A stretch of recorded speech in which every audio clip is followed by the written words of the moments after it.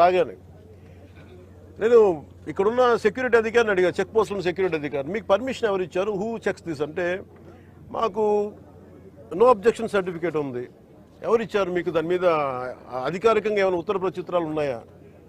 సమాధానం లేదు. District civil supplies అధికారిని అడిగితే ఓకే, నా కలెక్టర్ గారు చెప్పారు. కలెక్టర్ నీకు మీకు అధికారికంగా మీకు ఇచ్చారా? మీకు సమాధానం లేదు.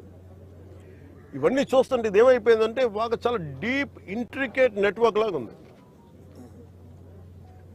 మన రాష్ట్రం మీరు చూస్తే 40,000 terrain South America, that from Colombia నుంచి వైజాగ్ పోర్ట్లో దొరికింది.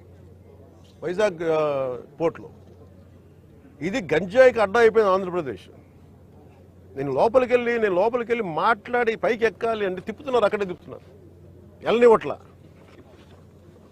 నాకు ఎంత ఆశ్చర్యం అనిపించిందంటే, నేను వెళ్ళి కూర్చొని మాట్లాడుతూ ఉంటే మీకు చెప్పా, you will have consequences for this అని చెప్పి. నేను మీకు తర్వాత వీడియోస్ కూడా మీకు రిలీజ్ చేస్తాను. లేదు సార్ మీకు రఫ్ సీ ఉంది, మీరు వెళ్ళటానికి లేదంటే, నేను చెన్నై నుంచి వచ్చాను. నేను రఫ్ సీజ్, నాకు నా ఫ్రెండ్స్ సీమెన్స్ చాలామంది ఉండేవాళ్ళు, చాలామంది స్నేహితులు నాకు మద్రాస్ పోర్ట్లో పనిచేసేవాళ్ళు. ఎప్పుడు సరదాగా తీసుకెళ్తే అలలు పడవలోకి వచ్చి మనకి టగ్ బోట్స్లోకి వచ్చి ఇంకా ఇలాంటి బోట్లోకి వచ్చి కొట్టే సమయంలో నన్ను తీసుకెళ్లేవాళ్ళు సీమెన్. నాకు చాలా ఆశ్చర్యం అనిపించింది. అలాగే సార్ వింటున్నా, వీళ్ళ కథలు ఏం చెప్తాను, అలా వింటా ఉంటే మళ్ళీ పక్క ఎదురుగా షిప్లో ఈ చిన్న బోట్లు వేసుకొని మనకి ఈ టైర్లు కట్టుకొని ఒక 2 పెట్టుకొని వాళ్ళకి దింపుకుంటా మన ఎగుమతి చేసుకుంటా ఉన్నారు. నేను వాళ్ళు చూపించాను, you are doing it in very obvious way. మీ సీఈఓ ఎవరు? ఏదో సీఈఓ పేరు చెప్పారు. దీనికి ఓనర్ ఎవరు? ఆ సీఈఓ లేడు ఇక్కడ. ఓనర్ ఎవరు అంటే ఇద్దరు పేర్లు చెప్పారు. One is Aurobindo వాళ్ళదంట.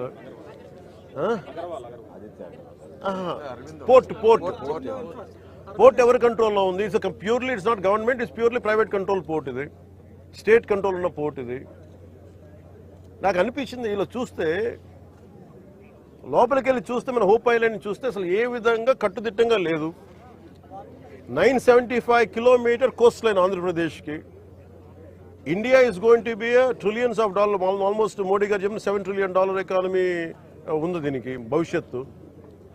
ప్రపంచ దేశాలు మనల్ని ఎదగనిస్తాయా లేదా, మన బలహీనతలు ఏంటని చూస్తారు. ఆంధ్రప్రదేశ్ కోస్ట్ లైన్ మనకి ఎంత బలమో అది మనకంత బలహీనత కూడా. ఎందుకు చెప్తున్నాను ఈ మాట అంటే, వైజాగ్కి పాకిస్తాన్ నుంచి వచ్చిన ఆ యుద్ధ సమయంలో మీకు గజనీ సబ్మెరీన్ చూడొచ్చు.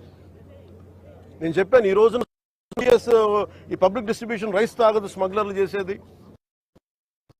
ఆర్డీఎక్స్లు ఇంపోర్ట్ చేసుకోవచ్చు.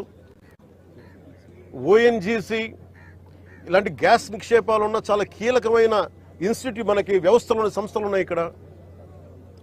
ఒక 100 కిలోల ఆర్డీఎక్స్ని తెచ్చేసుకుని ఎవరు చూసేవాళ్ళు ఎవరు లేడు, నాదుడు లేడు. It is not just about public distribution సంబంధించిన రైస్ సంబంధించిన ఒక్కటిదే కాదు ఇది. సో మ్యారిటైమ్ సెక్యూరిటీ ఇష్యూస్ కూడా ఉన్నాయి దీనికి. మ్యారిటైమ్ సెక్యూరిటీ ఎక్కడుంది? మ్యారిటైమ్ పోలీసింగ్ ఎక్కడుంది? ఈ పోర్టు ఫ్రీ ఫర్ ఆల్ అయిపోయింది. ఉగ్రవాదులు కసాబ్ లాంటి వాడు ఎలా వచ్చాడు, ఎక్కడ మనకి కరాచీ నుంచి బోట్లో వచ్చి కాల్చేశాడు.